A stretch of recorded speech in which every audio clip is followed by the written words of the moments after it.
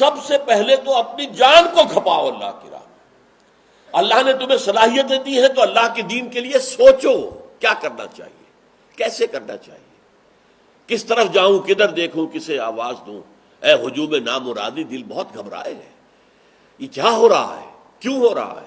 یہ اللہ کے خلاف بغاوت ہے، یہ اللہ کے احکام توڑے جا رہے ہیں، یہ شریعت کے احکام پاؤں تلے روندے جا رہے ہیں، یہ اللہ کی کبریائی کو چیلنج کر دیا گیا ہے، اللہ کی حاکمیت کے خلاف انسان حاکمیت کا مدعی بن کر کھڑا ہو گیا ہے۔